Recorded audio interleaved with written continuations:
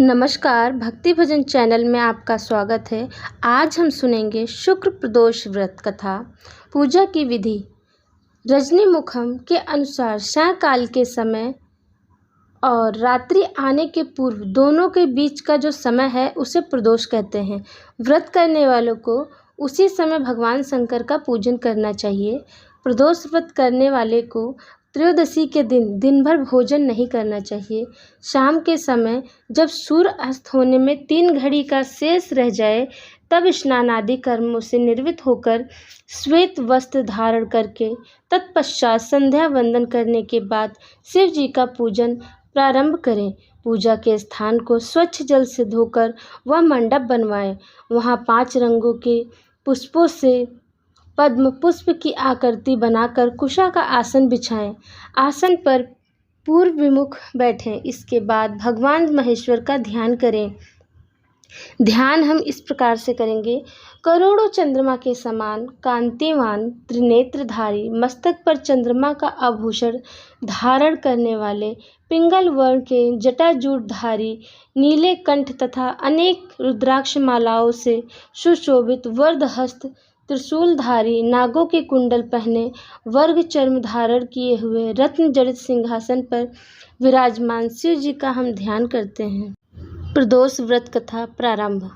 शुक्रवार त्रयोदशी प्रदोष व्रत पूजा विधि सोम प्रदोष व्रत के समान ही है। इसमें श्वेत रंग तथा खीर जैसे पदार्थ का ही सेवन करने का महत्व होता है। सूत जी बोले, प्राचीन काल की बात है, एक नगर में 3 मित्र रहते थे। तीनों में ही घनिष्ठ मित्रता थी। उसमें एक राजकुमार पुत्र, दूसरा ब्राह्मण पुत्र, तीसरा सेठ पुत्र था। राजकुमार व ब्राह्मण पुत्र का विवाह हो चुका था। सेठ पुत्र का विवाह के बाद गौना नहीं हुआ था। एक दिन तीनों मित्र आपस में स्त्रियों की चर्चा कर रहे थे। ब्राह्मण पुत्र ने नारियों की प्रशंसा करते हुए कहा, नारीहीन घर भूतों का डेरा होता है। सेठ पुत्र ने यह वचन सुनकर अपनी पत्नी लाने का तुरंत निश्चय किया। सेठ पुत्र अपने घर गया और अपने माता पिता को अपना निश्चय बताया। उन्होंने बेटे से कहा कि शुक्र देवता डूबे हुए हैं।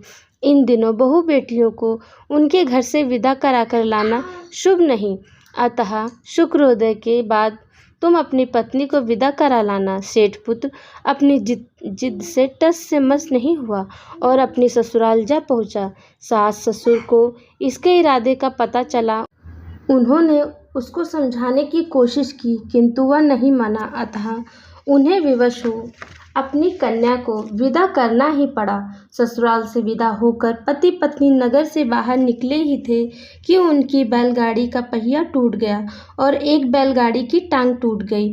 पत्नी को भी काफ़ी चोट आई। सेठ पुत्र ने आगे चलने का प्रयत्न जारी रखा, तभी डाकुओं से भेंट हो गई और वे धन धान्य लूट कर ले गए। सेठ का पुत्र रोता पीटता हुआ अपने घर पहुंचा। जाते ही उसे सांप ने डस लिया। उसके पिता ने वैद्यों को बुलवाया। उन्होंने देखने के बाद घोषणा की कि आपका पुत्र 3 दिन में मर जाएगा। उसी समय इस घटना का पता ब्राह्मण पुत्र को लगा। उसने सेठ से कहा कि आप अपने बेटे को पत्नी सहित बहू के घर वापस भेज दो। यह सारी बाधा इसीलिए आई है कि आपका पुत्र शुक्र अस्त में पत्नी को विदा करा लाया है। यदि या वह पहुंच जाएगा तो बच जाएगा। सेठ को ब्राह्मण पुत्र की बात जच गई और अपनी पुत्र वधू और पुत्र को वापस लौटा दिया। वहां पहुंचते ही सेठ पुत्र की हालत ठीक होनी आरंभ हो गई। तत्पश्चात उन्होंने शेष जीवन सुख आनंद पूर्वक व्यतीत किया और अंत में वह पति पत्नी दोनों स्वर्ग लोक को गए। शिव जी की आरती। जय शिव ओंकारा, प्रभु हर शिव ओंकारा, ब्रह्मा विष्णु सदा शिव, अर्धांगिनी धारा।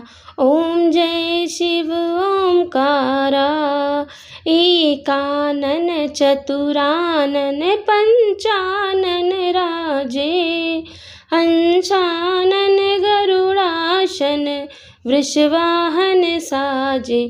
ओम जय शिव ओंकारा, 2 भुज 4 चतुर्भुज 10 भुज ते सोहे, तीनों रूप निरखता त्रिभुवन जन मोहे। ओम जय शिव ओंकारा। अक्षमाला वनमाला मुंडमाला धारी, चंदन मृग मद सोहे भाले शशिधारी।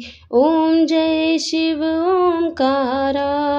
श्वेतांबर पीतांबर बाघांबर अंगे, सनकादिक ब्रह्मादिक भूतादिक संगे। ओम जय शिव ओंकारा।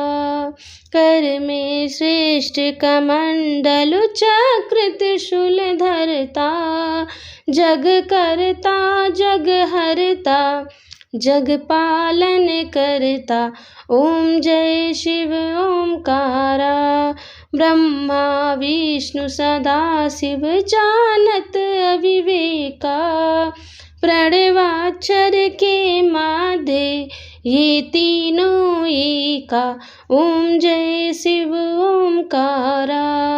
त्रिगुण शिव जी की आरती जो कोई नर गावे, कहत शिवानंद स्वामी रटत हरि हर स्वामी, मन वांछित फल पावे। ओम जय शिव ओंकारा। प्रभु हर शिव ओंकारा। मेरी कथा अच्छी लगी हो तो प्लीज़ लाइक शेयर कमेंट ज़रूर करें। Thank you so much. धन्यवाद।